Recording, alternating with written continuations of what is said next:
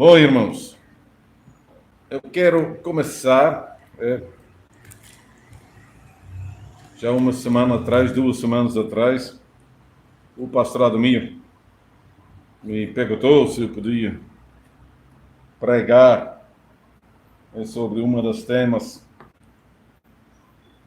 da reforma, a depravação total. Assunto difícil. Eu queria começar, texto grande, Gênesis 3:15. 14:15. Adão e Eva caíram em pecado e chegou-se ao Deus. Então o Senhor Deus disse à serpente: visto que isso fizeste, maldita és entre todos os animais domésticos e o és entre todos os animais selváticos. Hastejarás sobre o teu ventre e comerás pó todos os dias da tua vida. Porém, inimizade entre ti e a mulher, entre a tua descendência e o seu descendente. Este te ferirá a cabeça, e tu lhe ferirás o calcanhar. Até aqui.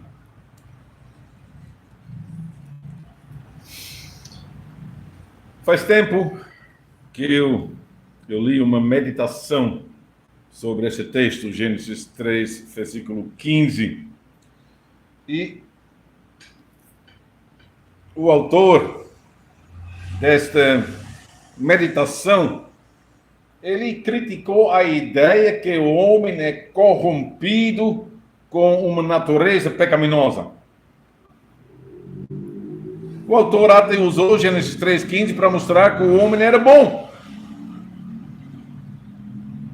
Desde o início ele disse que existe um contraste, uma inimizade entre o homem e o mal.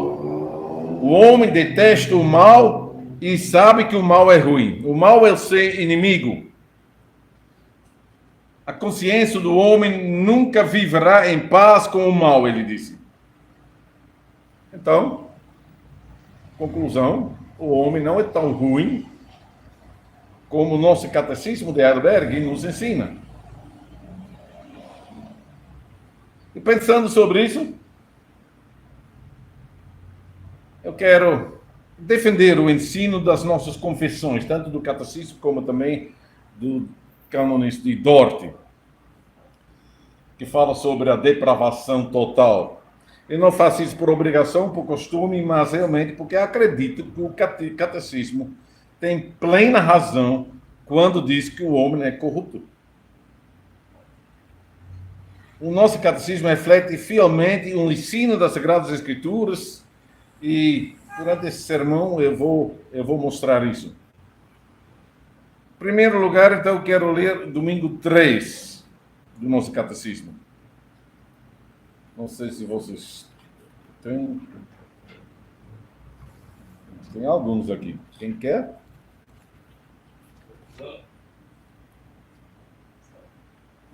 Domingo 3. Mas vamos.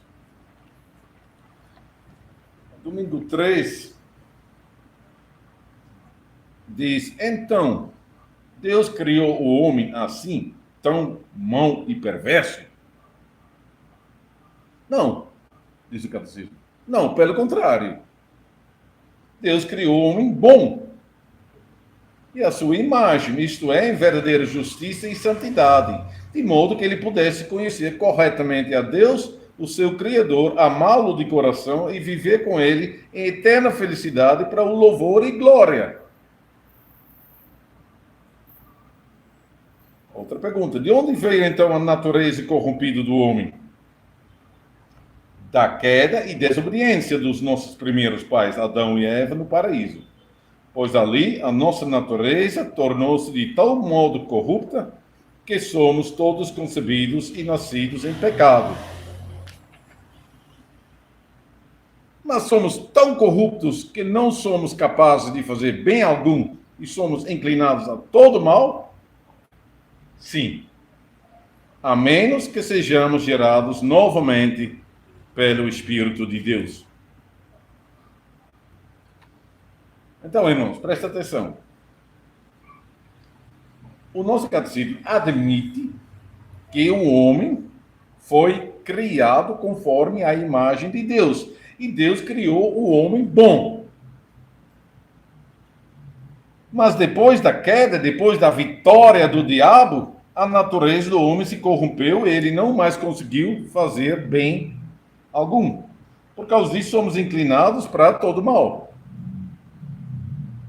Vamos dizer, a luz divina apagou. O homem vive nas trevas e depois disso é inclinado a todo mal. Agora, eu sei que muitas pessoas não concordam com isso, de jeito nenhum. De fato, a grande maioria de toda a humanidade não acredita nisso. Muitas pessoas acreditam que a situação não é tão ruim. O homem caiu em pecado, sim. Ele enfraqueceu. Mas eles dizem, existe ainda uma luz divina no homem. A consciência do homem ainda está viva. Ele tem um conhecimento do bem, mas também do mal. Ele faz coisas ruins, sim, mas também coisas boas.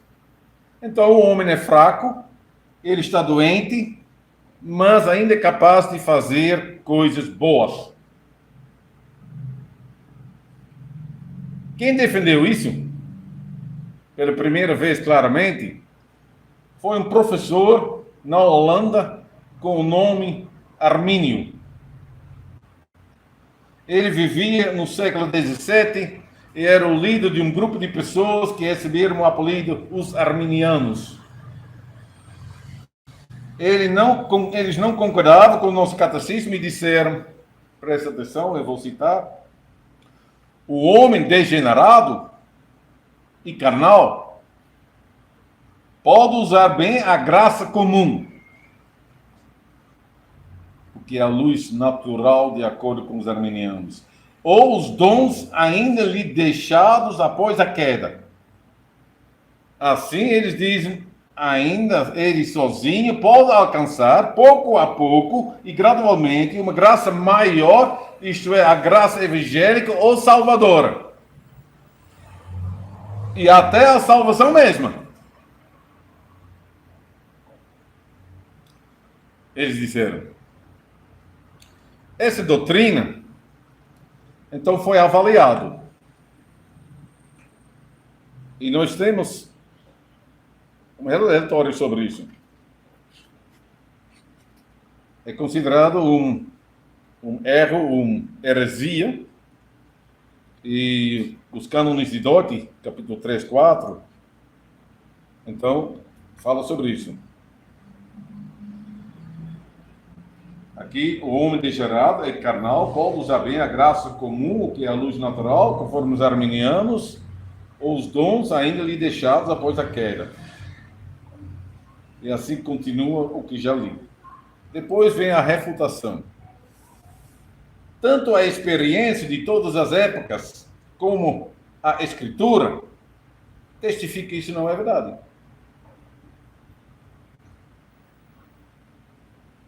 O texto de Salmo 147 diz, mostra a sua palavra a Jacó, as suas leis e os seus preceitos a Israel. Não fez assim a nenhuma outra nação. Todas ignoram os seus preceitos. Então, a revelação foi dada a Israel, não aos outros, que viviam, então, nas trevas.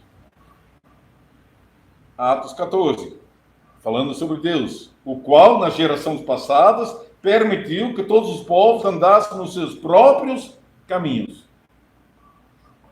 Não no caminho do Senhor, mas nos seus próprios caminhos. E Atos 16, Paulo e os seus companheiros foram impedidos pelo Espírito Santo de pregar a palavra na Ásia, defrontando Mísia, tentava ir para Bitínia, mas o Espírito de Jesus não o permitiu. Então, quem está guiando, quem está brilhando é Cristo e a luz de Cristo que mandou os seus apóstolos para certas áreas. Então, de acordo com os arminianos, o homem não é tão ruim. E como já disse, as igrejas reformadas avaliaram esta ideia e a refutaram, porque a palavra de Deus não fala assim. Eu quero mostrar isso também usando os cânones de Dort, porque de certa forma então a pregação está usando os cânones de Dort, quer dizer, as escrituras, mas os cânones de Dort, então, refletem as escrituras. Eu vou ler capítulo 3, 4, os parágrafos 1, 2 e 3, fala sobre o efeito da queda, a procriação da corrupção e o resultado da queda. Certo? Então é a confissão da igreja reformada, a nossa confissão. Então, se você não conhece, aqui tem. Se você quer ler mais sobre isso em casa, pode. O efeito da queda. No princípio, o homem foi criado à imagem de Deus. Foi adornado em seu entendimento com o verdadeiro e salutar conhecimento de Deus e de todas as coisas espirituais. Sua vontade e seu coração eram retos, todos os seus afetos puros, portanto, era o homem completamente santo. Mas, desviando-se de Deus, sob instigação do diabo e pelo seu próprio livre-arbítrio, ele se privou desses dons excelentes. Em lugar disso, trouxe sobre si, no que se refere ao seu entendimento, cegueira, trevas terríveis e um juízo leviano e perverso. No que se refere à sua vontade e ao coração, malícia, rebeldia e dureza. E também impureza em todos os seus afetos. 2. Depois da queda, o homem corrompido gerou filhos corrompidos. Então, a corrupção, de acordo com o justo julgamento de Deus, passou de Adão até todos os seus descendentes, com a exceção de Cristo somente. Não passou por imitação, mas não passou por imitação como os antigos pelagianos afirmavam, mas por procriação da natureza corrompida. 3. Portanto, todos os homens são concebidos em pecado e nascem como filhos da ira, incapazes de qualquer ação que os salve. Inclinados para o mal, mortos em pecados, escravos do pecado.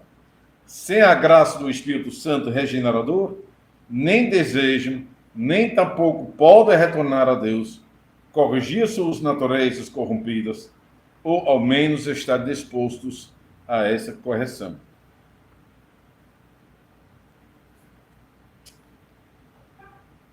Se você vai pegar o livro para ler em casa, então presta atenção aos textos que se encontram no lateral desses parágrafos. Esses textos bíblicos são muito importantes. São os textos básicos da Bíblia que nos mostram que o homem é concebido em pecado e nasce como filho da ira, incapaz de qualquer ação que o salve, inclinada para todo mal, morto em pecado, escravo do pecado. A Bíblia nos ensina que qualquer homem ou mulher nasce assim. Salmo 51.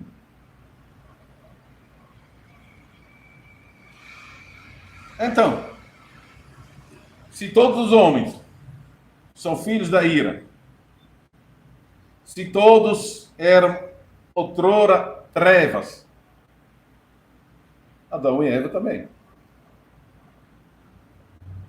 Depois da queda, Adão e Eva estavam afastados de Deus, vivia nas trevas e eram trevas. Mas pela graça de Deus, a luz permaneceu neles e na descendência deles.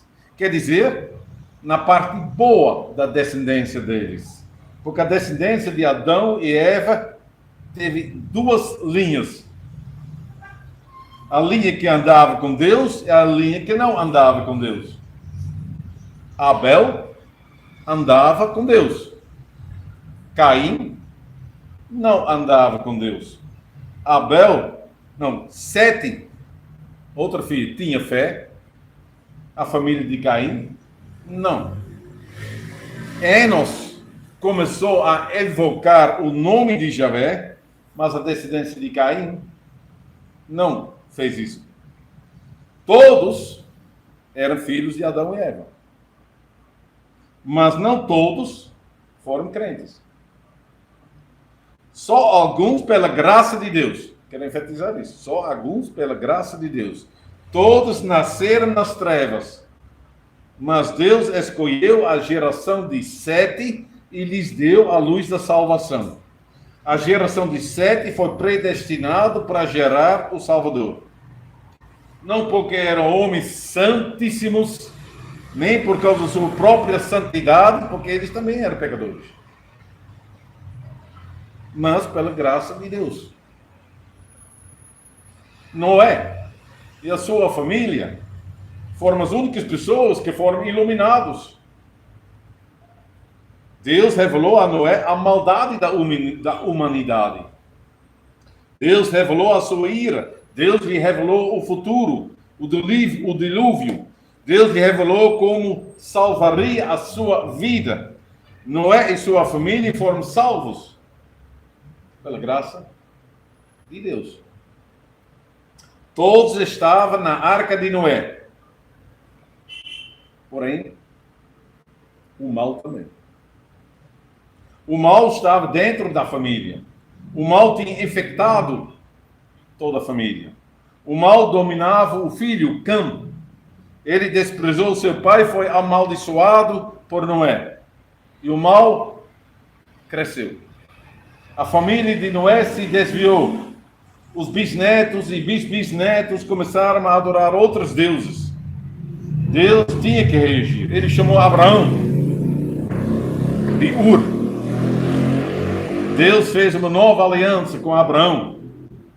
Porque ele é homem santo, sem pecados? Não. Mas pela graça de Deus, ele chamou Abraão e queria começar uma nova aliança com ele e os seus descendentes. Deus se revelou a Abraão. Deus iluminou Abraão. Cada vez quando as trevas estavam ganhando, Deus criou luz nas trevas. Todo o Antigo Testamento mostra essa luta entre as trevas e a luz. As trevas e a luz. Todo o Antigo Testamento mostra um contraste entre os filhos de Deus e os filhos de Satanás. Um conflito que domina as famílias e as gerações. Caim contra Abel. O mundo inteiro contra Noé, antes do dilúvio. O mundo inteiro contra Abraão, depois do dilúvio. O povo de Canaã contra a família de Jacó. O faraó de Egito contra o povo de Israel.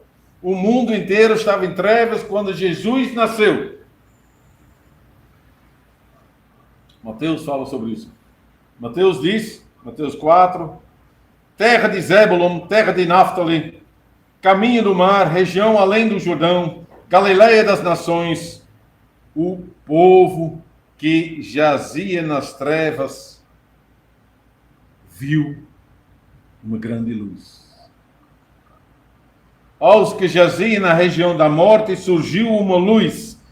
A partir desse momento, o texto diz, começou Jesus a pregar e a dizer, arrependei-vos, porque está próximo o reino de Deus. A luz era a revelação de Jesus. No momento que o Messias chegou a luz do mundo. O apóstolo João falou sobre isso também logo no início do seu evangelho, João 1 até 10. O que ele disse? Ele chegou, o mundo não o reconheceu. Por que não?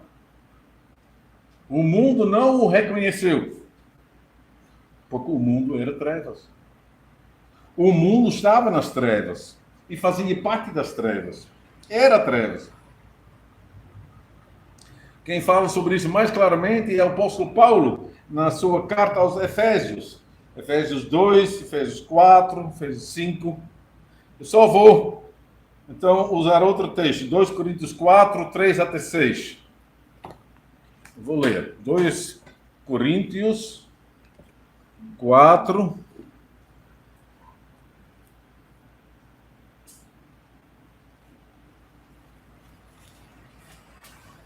3 até 6.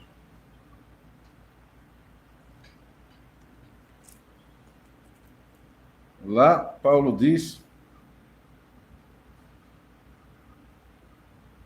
mas, se o nosso evangelho ainda está encoberto, é para os que se perdem que está encoberto, nos quais o Deus deste século cegou o entendimento dos incrédulos, para que lhes não resplandeça a luz do evangelho da glória de Cristo, o qual é a imagem de Deus. Porque não nos pregamos a nós mesmos, mas a Cristo Jesus como Senhor, e a nós mesmos como vossos servos, por amor de Jesus. Porque Deus que disse: das trevas resplandecerá a luz, Ele mesmo resplandeceu em nosso coração para a iluminação do conhecimento da glória de Deus na face de Cristo. Preste atenção nesse texto. Eu quero dizer algumas coisas sobre isso. Então, o homem foi criado com a luz de Deus no coração. Ele foi criado conforme a imagem de Deus. 2. Quando o homem caiu em pecado, ele perdeu esta luz. Ele estava nas trevas e fazia parte das trevas. 3. A luz de Deus entrou no coração do seu povo, de novo, pela revelação de Deus. Pela revelação de Deus. 4. A luz de Deus chegou mais clara neste mundo quando Cristo chegou. Ele é o Filho de Deus, ele é a imagem de Deus, ele é a luz deste mundo. 5. Através da pregação de Jesus Cristo, através do Espírito de Jesus Cristo, a luz de Deus pode brilhar em nossos corações. Seguindo Jesus Cristo, aprendendo de Jesus, imitando Jesus Cristo, nós seremos renovados de acordo segundo a imagem de Deus. Está vendo? Voltando ao início. Renovado segundo a imagem de Deus. Colossenses 3:10 diz isso. Só pela regeneração podemos produzir frutos da luz. A bondade, a justiça e a verdade. Só pela regeneração, pelo poder do Espírito Santo, podemos produzir frutos da luz. 8. A regeneração é um processo rigoroso que nos tira do reino das trevas para o reino da luz. É um novo nascimento. A regeneração é um processo contínuo que se realiza em comunhão com Cristo Jesus. 10. Sem Cristo, as pessoas andam na futilidade dos seus pensamentos, com entendimento entenebrecido, alienados da vida de Deus pela sua ignorância e pela dureza dos seus corações. Sem Cristo.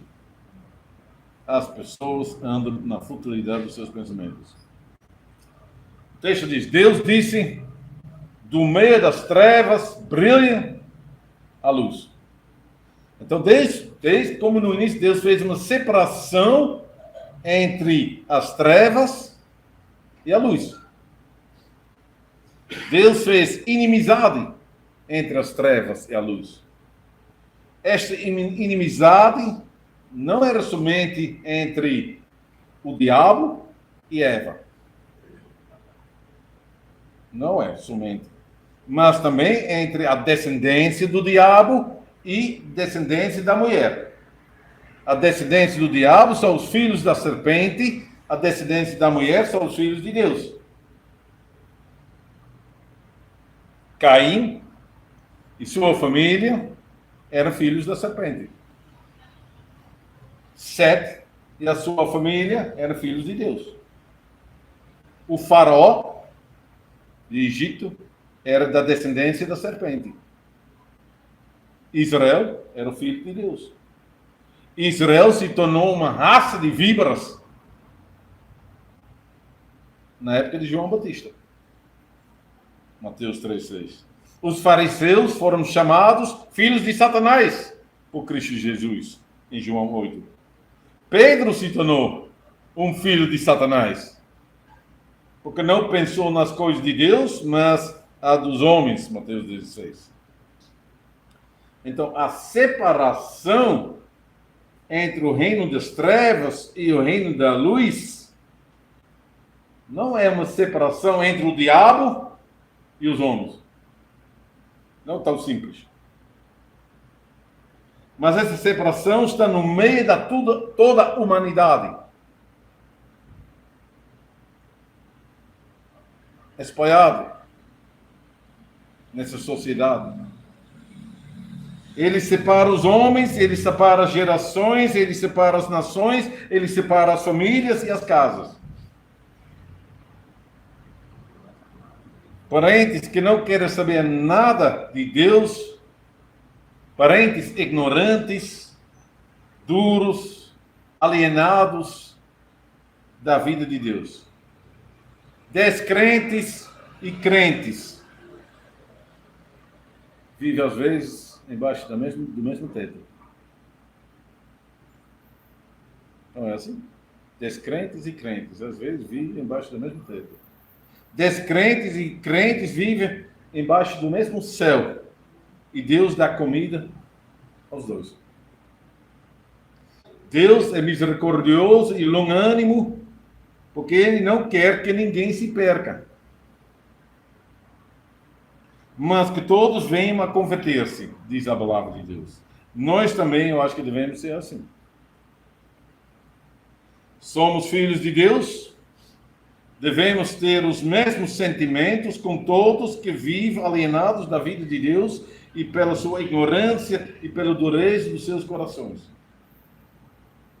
Devemos ter paciência com os ignorantes e com aqueles que têm um entendimento entenebrecido. Devemos ser humildes, porque outrora éramos nós. Outrora nós éramos trevas, diz a palavra. Por isso, nós realmente devemos ser misericordiosos, humildes. Fomos treva, mas pela graça de Deus nós somos salvos. Deus nos arrancou do poder das trevas e nos transportou para o reino do seu Filho amado, no qual temos a redenção, a remissão de todos os nossos pecados. Colossenses 1:13. O que eu fiz até agora? Só citar as Escrituras, irmão.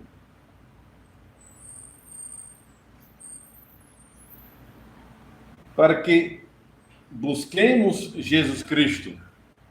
Só podemos ser salvos se conhecermos Jesus. Somos mortos em pecados e só Cristo pode nos ressuscitar pelo poder do Espírito Santo. Então a nossa oração é essa: brilha Jesus, mostra ao mundo a luz de Deus Pai. Espírito de Deus, vem, refulge em nós, faz transbordar sobre os povos tua graça e perdão. Vem ordenar que haja luz no Senhor. Amém. Amém.